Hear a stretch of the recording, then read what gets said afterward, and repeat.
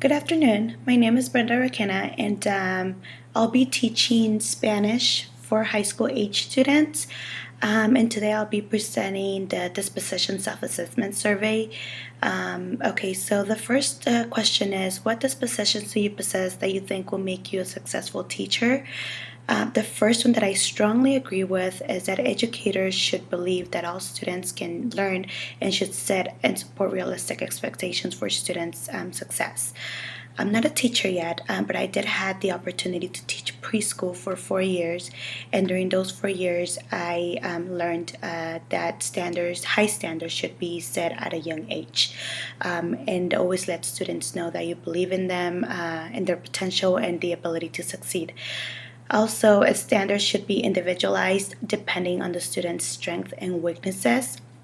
My second disposition that I strongly agree with is that educators should demonstrate professional friendliness, warmth, and genuine caring in their relationship with others while providing intellectual and emotional support. I know I'll be able to demonstrate that I genuinely care for the students. I also have the skills to build not and form strong professional bonds between students and also parents. If students sense the genuine care, they are more likely to come and ask you for help when needed.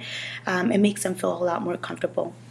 Also, professional relationships are formed based on trust and respect.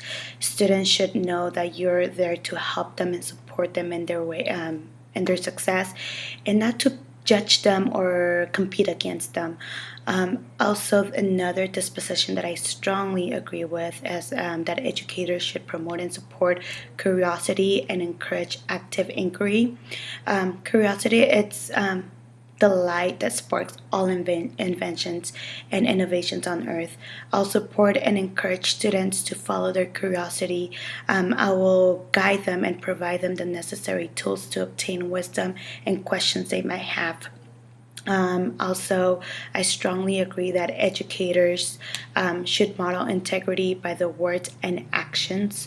I am professionally and personally defined by my words and actions. In everything that I do. I do what I preach, and I'll expect my students to do the same thing.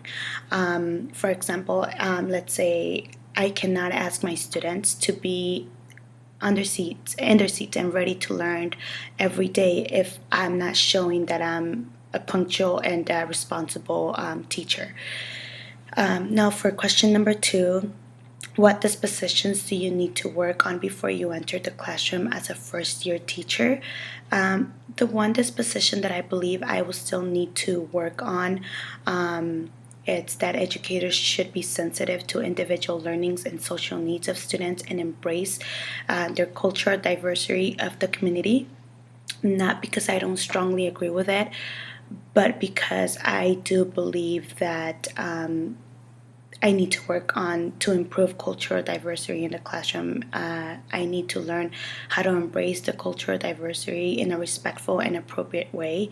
Our communities are so diverse now that I feel that at times us as educators walk on thin ice, to be careful to not insult or disrespect anyone else's beliefs or cultures.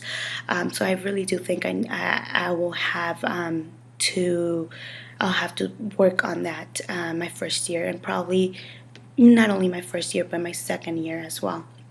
Now, for question number 3 is, what does a professional educator look like and how do they behave? What standards guide their thinking and actions? For the first question, how do they look like? Their physical appearance is very important. Physical appearance demonstrates self-respect, self-love, and confidence. A professional physical appearance is not having expensive clothing. It's not having the best, clothes or shoes. It's more about showing that you're clean, keeping good hygiene from head to toes, and always look professional and presentable in front of coworkers, in front of parents, and of course in front of students. For the second question is, how do they behave? A professional behaves like such, like a professional. They show respect, manners, and strong work ethic. A professional also forms a respectful relationship with coworkers, parents, and students. For the last part of this question is, what standards guide their thinking and actions? Educators' thinking and actions are guided by personal values such as beliefs, manners, priorities, wisdom, previous experiences. And I do think our actions as educators speak louder than words. That's it. I do want to go ahead and thank you very much for the time. I've truly enjoyed being in your class, and I hope to see you soon. Thank you very much.